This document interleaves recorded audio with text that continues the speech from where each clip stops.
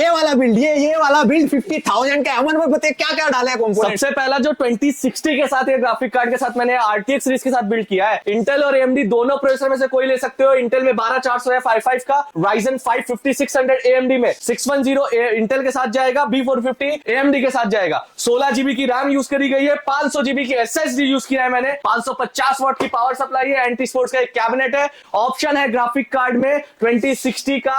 आप यहाँ पे keyboard mouse free of cost ले सकते हो, या फिर मैंने जो अल्ट्रा वॉच पहनी है वो ले सकते हो फ्री 50,000 में मात्र। गिफ्ट ले जाना मत भूलना भाई, बिल्कुल भी मत भूलना।